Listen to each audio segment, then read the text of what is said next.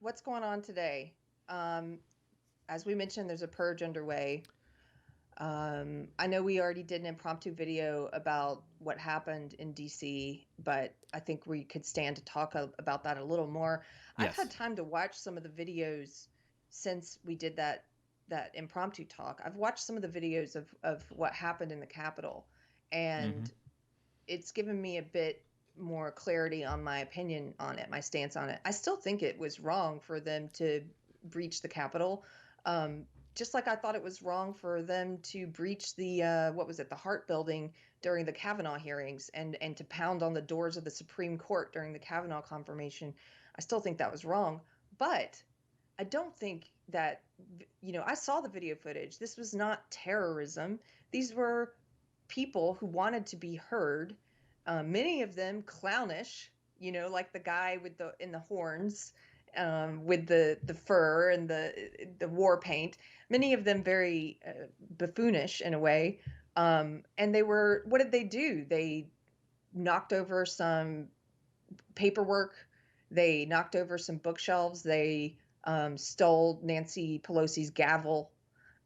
These aren't Right. people, they're not setting the building on fire and looting and harming people, and they're not killing people like we saw in the BLM and Antifa riots through the summer. So I keep seeing the mainstream media, obviously the entire cathedral, the media and the social media companies, and even Ben and Jerry's is lecturing us on what happened. And what they're saying about it, the words that they're using are disproportionate, and they do not match reality, and they certainly don't match the fake reality they've sold us all summer, because they were telling us that burning down buildings, small businesses, the places where people work, the businesses they own, the homes they live in, they were telling us that that was peaceful protesting. That when David Dorn was murdered, and when, over 30 people died in those riots, the BLM and Antifa riots, that was just peaceful protesting. And then this somehow is different. Why? Because they breached their sacred, holy cathedral. They took it to, the people took it to the government steps. It's almost like, I'm agreeing with the people who are pointing out that they're basically telling us it's okay if you burn down your neighborhoods and businesses, and disproportionately those of people of color in a lot of cases. It's okay for you to do that. We're fine with that, but don't you dare bring it to our holy chamber. Don't you dare come here and try to make your voice heard. And so I think the double standard is palpable. I think that the people who are feeling outraged about the hypocrisy from the media, I'm totally I am in total agreement with that. I think it's outrageous.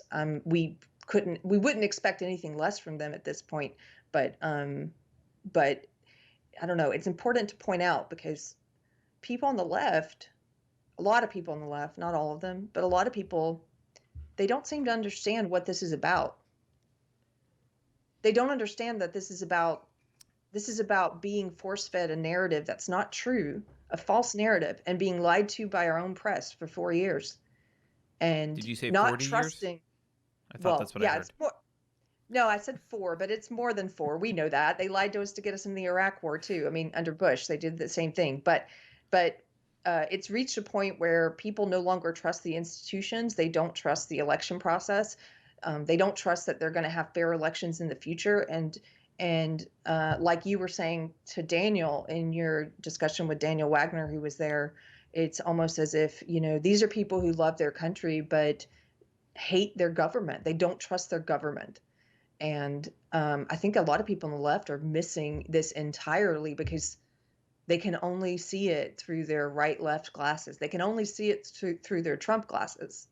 And I they, I they don't even, I don't think it's. I don't think the difference is that they've attacked the sanctuary of Capitol buildings, because if this was BLM Antifa breaking into the Capitol building, the narrative would be the opposite of what it is now. It would be the same peaceful protest narrative. They have a right to be heard, blah, blah, blah, blah, blah. There is absolutely a religious like worship of the state. And I do agree with you that the elites certainly view themselves as a special class, and you can burn down your own neighborhoods, but don't bring it here. That's true. But I do think when you see how the mainstream react to it, the reaction is not really about the target. It's about who the actors are. And what they're protesting for. I mean, I'm just waiting for Carrie. When will we have a letter from doctors that says that protesting against irregularities in an election is a health crisis, and they should be allowed to protest and congregate, and it's more important than COVID?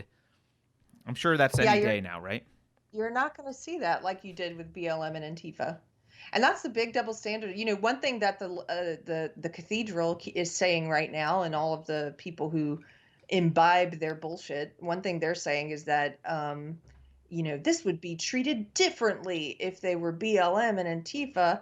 Actually, they're not saying that. They're saying this would be treated differently if they were Black people, because they're saying that because they're trying to pretend like all Trump supporters are white. They're lying. But they've implied that it would be worse if it were. Yeah, BLM. but what they really mean is that this would be treated differently if it was the people who uphold our ideology. That's what they mean. It would have been, and it would have been. They're right about that. It would have been treated differently, but not in the way they're saying. There wouldn't be. I saw a legacy media outlet this morning who said there would have been hundreds dead. No, there wouldn't have been. There wouldn't have been hundreds dead. They would have rolled out the red carpet. It would have been treated, these voices need to be heard. They would have taken Martin Luther King out of context again. They would have said the riot is the voice of the unheard and tried to use that to justify it. So, yeah, it would not have been treated the same.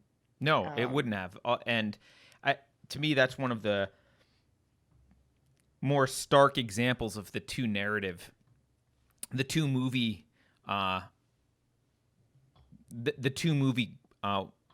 way of looking at this, how there's two movies playing and people are just seeing completely different things. Yeah. The idea that there are people who genuinely believe that if this were, let's say, BLM protests, that they would have been met with more force and more violence, and they really believe that's true. When in fact, if you were paying attention at all and awake during the summer and watched what BLM was allowed to get away with, and how cities around the country were irrationally reticent to take any sort of action to repress or stop or slow down the violence and the riots, when it was Marxists doing it. I mean, the movie doesn't even make any sense to you at that point. You look at that and you think, how can that person be so stupid? And it's not that they're stupid necessarily. It's just that they are watching a movie that is completely different. They're not watching. Yeah.